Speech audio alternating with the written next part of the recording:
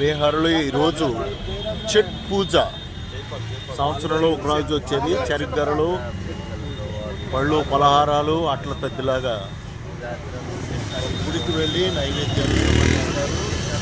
పళ్ళు, పలహారాలు, నానా రకములైన ఆహార పదార్థాలు అన్నీ ఒక చెట్టు క్రిందకి వెళ్ళి అవన్నీ నైవేద్యాలు సమర్పించి చెట్టు క్రింద నాట్యాలు, పాటలు పాడుతూ ఈరోజు ఈ ఛట్ పూజ జరుపుకుంటున్నారు.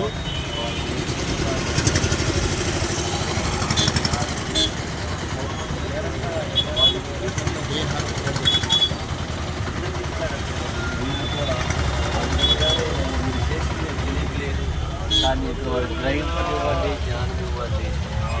మీరు కలిగజేసిన ప్రకృతిని ఆస్వాదిస్తున్నారు, మీరు కలిగజేసిన భూమి మీద నివసిస్తున్నారు.